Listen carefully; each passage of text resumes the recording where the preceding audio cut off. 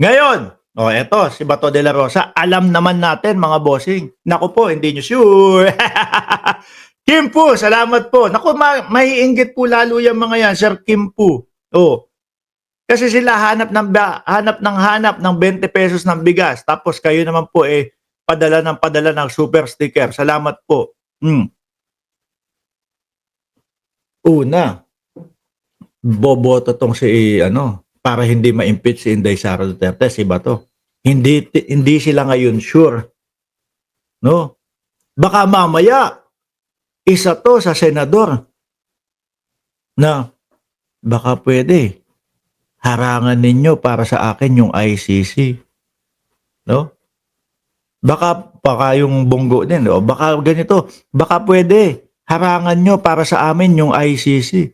Aayusin namin ang boto sa impeachment. Ganyan. Po-focus kami sa investigasyon at po-focus kami doon sa mga ebidensya. Si Bongo naunang magsabi na niyan. Po-focus kami sa ebidensya. Naku, pagka po pinukusan nitong mga to ang ebidensya at doon sila nagbase, mga kababayan, lalo na nakita yung mga confidential funds na mga ay, Diyos ko Lord, malamang ito na sinasabi ninyo na si Bato de la Rosa boboto na hindi ma-impeach si Inday Sara. Baka mamaya magulat kayo. Baka murahin nyo na si Bato de la Rosa. Tragis ka, ganito. Binoto ka namin para protektahan si Inday Sara Duterte. No, baka makipagpalito. Protektahan nyo kami sa ICC. No? Magpapaimbestiga kami dito sa Pilipinas. Tapos, babase kami sa investigasyon at doon sa ebidensya. Basta wag nyo kaming hayaan sa ICC. Baka etong dalawa na to, no? Impeach Sara Duterte! Impeach Sara Duterte! Hindi ho malayong mangyaring ganun. Tapos, tatakbo sa utak ni Bato de la Rosa, ni Bongo, 26 milyones ang nakuha kong boto. No? Pwede pala ako tumakbo maging presidente Dami nitong boto na to. Mga bossing, si Bongo, ang tagal nang naghahangad maging niyan, maging presidente niyan. 'Di ba? Muntik na ho mga kababayan na magsalpukan si Sara at si Bongo. Naku po, eto lalo ngayon lalakas ang loob ni Bongo. Kaya siguro sabi niya, sa ebidensya ako babase. Lugi. Maniwala kayo DDS, kapag kaya ang lahat ng senador, ang ibinase nila, yung kanilang boto ay dahil sa ebidensya, Diyos ko, mga bossing, Chief Amo Sir, laglag ang tuka ng Vice Presidente. Di po ba, mga kababayan?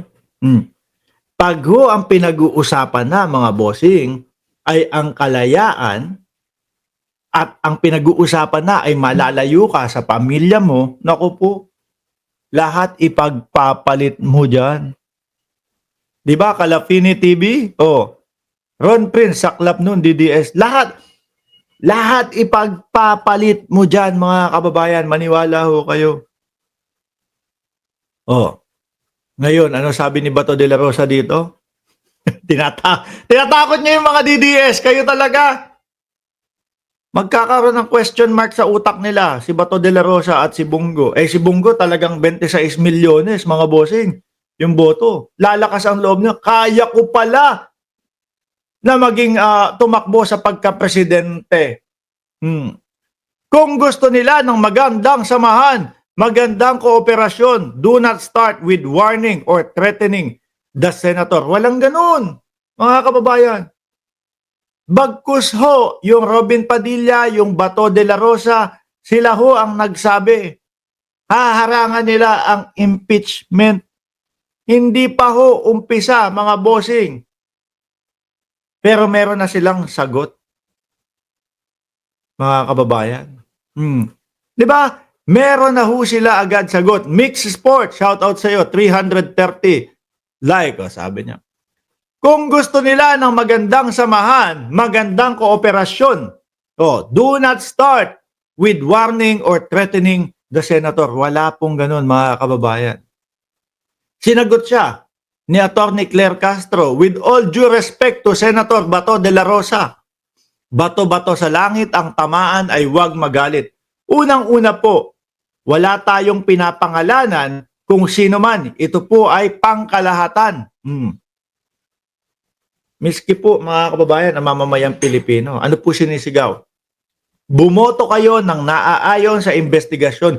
Huwag kayong bumoto ng dahil kaibigan nyo lang si Inday Sara Duterte. Kaya isinusulong ho natin, di ba, Maki Kwan at Timolol, yan, ganyan ko na lang babasahin. Pilipino ba si Bongo? Ewan ko dyan. Malamang ho, Pilipino, nakakatakbo no?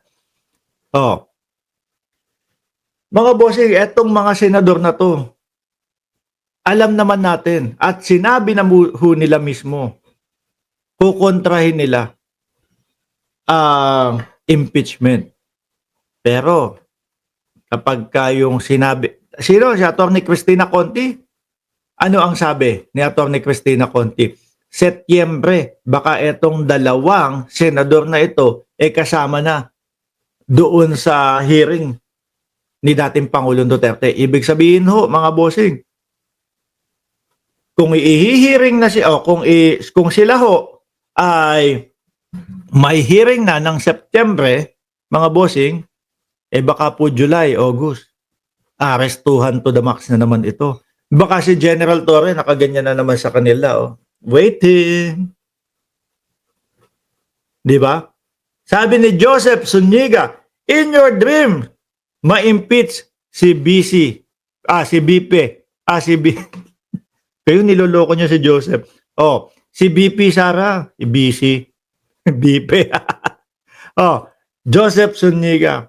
Tingnan natin. Di ba, Ma'am Chris Rose? Tingnan natin. No?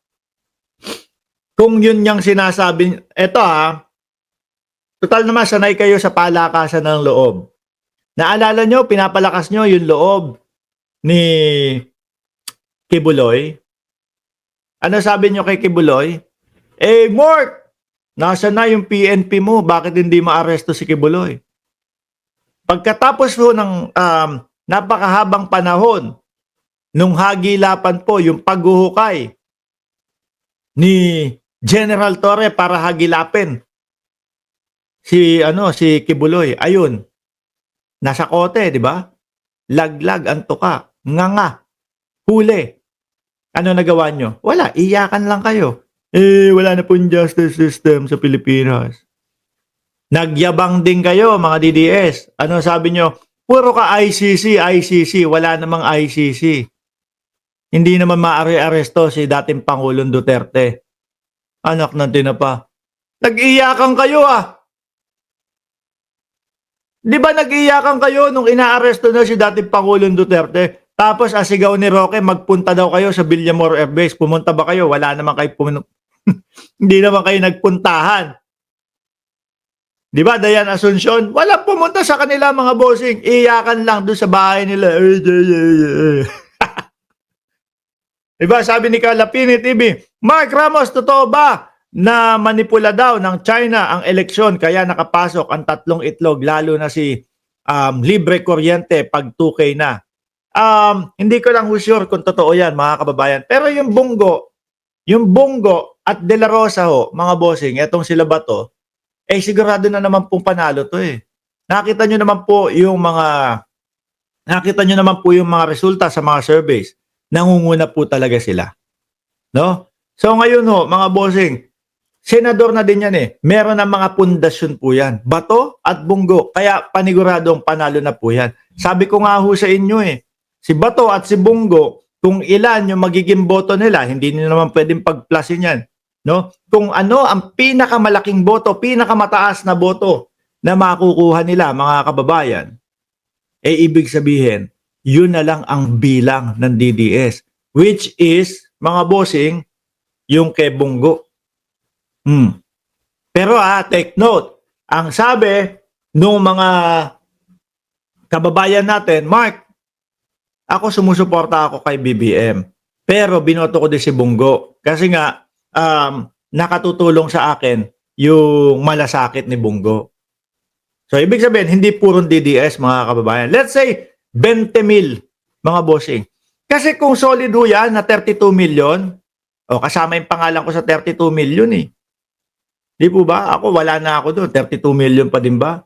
Kasi kung solid pa din ho sila, mga kababayan, wala, no, ni isang DDS ang hindi boboto kay Bongo.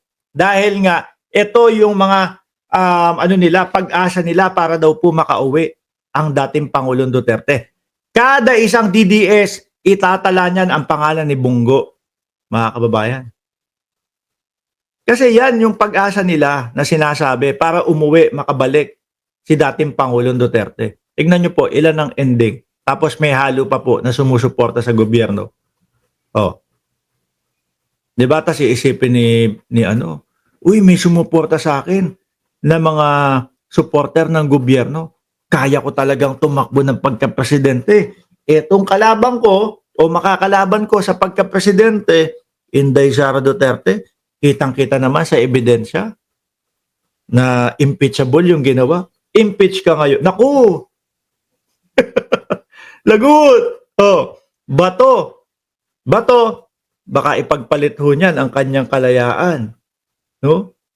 Para ayusin yung kanyang boto sa Senado do sa impeachment. Bongo! Naku!